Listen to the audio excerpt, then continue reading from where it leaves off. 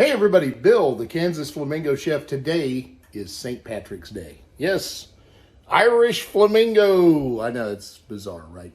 But anyway, I'm cooking up corned beef and cabbage, one of my favorite things, and it's really, really simple. And I'm going to show you what's involved.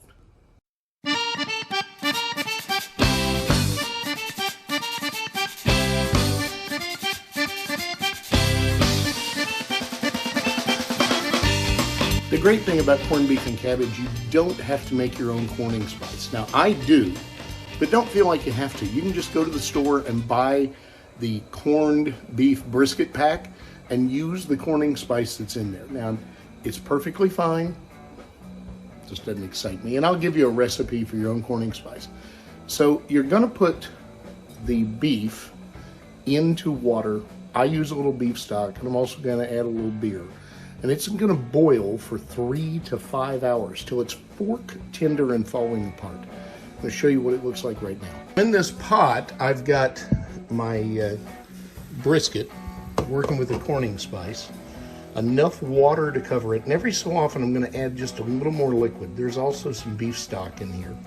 And I'm at about the 1.5 hour point. When you get about to an hour and a half, and there's also an onion that I've sliced up and let that boil in there. When you get to about the 1.5 hour, 2 hour point, you're gonna wanna add a bottle of beer. Now, I suggest highly that you use Guinness because you're gonna get the depth. And all you're gonna do is just pour it in there, nothing fancy, and your temperature is gonna come down, it's gonna stop boiling, so you're gonna need to bring the heat up and let that come back to a boil. Once that beef is completely fork tender and not before, then you're gonna add potatoes. I like red potatoes. If you'd rather have gold potatoes, that's fine. We're also gonna add a bunch of carrots, and the king, of course, is the cabbage. Just break this cabbage up into pieces like this, just pull it apart. If there's any black or anything in there, throw that away. The whole process from start to finish is going to take, depending on how deep you want the beef cooked, I let it simmer for about 4 to 5 hours. And then I add the cabbage, and I let that, and the potatoes and the carrots, and I usually let them cook for about 1 hour to 2 hours, starting with the potatoes, then the carrots, then the cabbage. Cabbage doesn't take long at all. I really recommend that you have at least 1 whole head of cabbage for each 3 pounds of meat. So I've got about 6 pounds of meat in here. So I've broken up 1 really big cabbage, and I've got another smaller one that I'm going to tear apart before it's time to put it in. Very simple, fantastic stuff. Next part of this video will be me adding potatoes. I know that's exciting, but we're going to do it step by step. So we're only at about 1.5 hours, so this has at least another 2 hours before I'm going to think about putting any vegetables in there.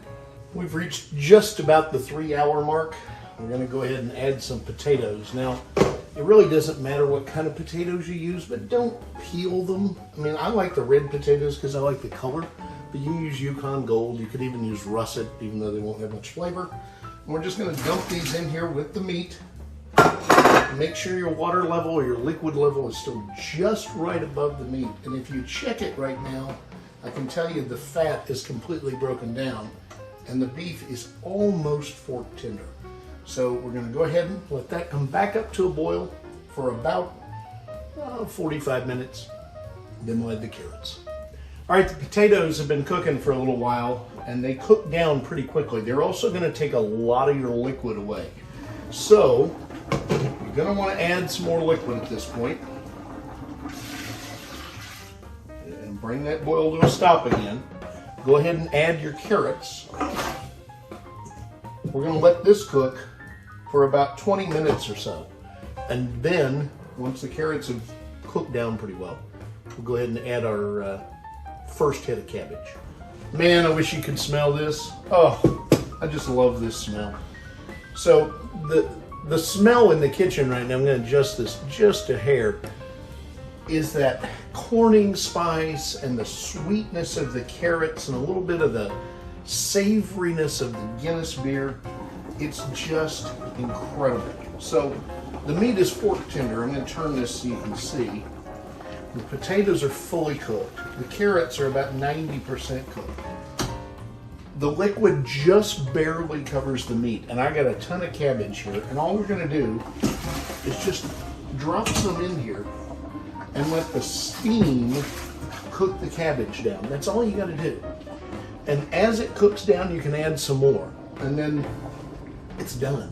The cabbage is gonna take maybe 20, 30 minutes to get really soft.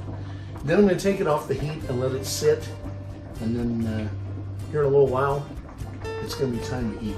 Happy St. Patrick's Day. I'll see you shortly with the finished product. Man, I'm already hungry, and it's like 6 hours till we're going to eat this stuff. All right, it's that time. 6 o'clock. My youngest will be here in a minute. Apparently, my oldest has decided he needs to go on a date. Good for him. Proud of him. Anyway, I have separated the meat, the vegetables, the cabbage, and I even have some juice over here that after I separated everything that I'll use basically like gravy. Let's take a look. Okay, after you take everything out of the pot, you're going to want to kind of scrape the fat off the top of the meat, and then you're just going to slice this like brisket. Over here I've got my cabbage. There's some liquid in there and some carrots, and over here the rest of the vegetables, the carrots and the potatoes. And we're going to build some plates. You got to have some good Irish mustard. Okay, so when the meat's done, it's time to eat, but just like we cooked with, we gotta have one to drink. This is my youngest, Christian. He's gonna be our taste tester this evening. So we'll let him dig in first and tell us what he thinks. As I mentioned, you need some good Irish mustard. This is Coleman's, the best there is. So if you don't like mustard, don't put it on it. Pretty much that simple. All right, young man, tell me what you think. You go first.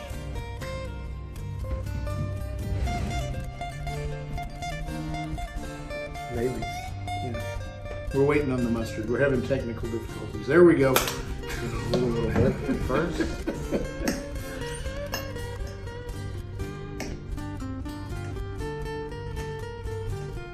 Apparently, he's got to get all flavors. All right, the verdict's in. He says it's edible. Happy St. Patrick's Day. I hope everybody enjoys it.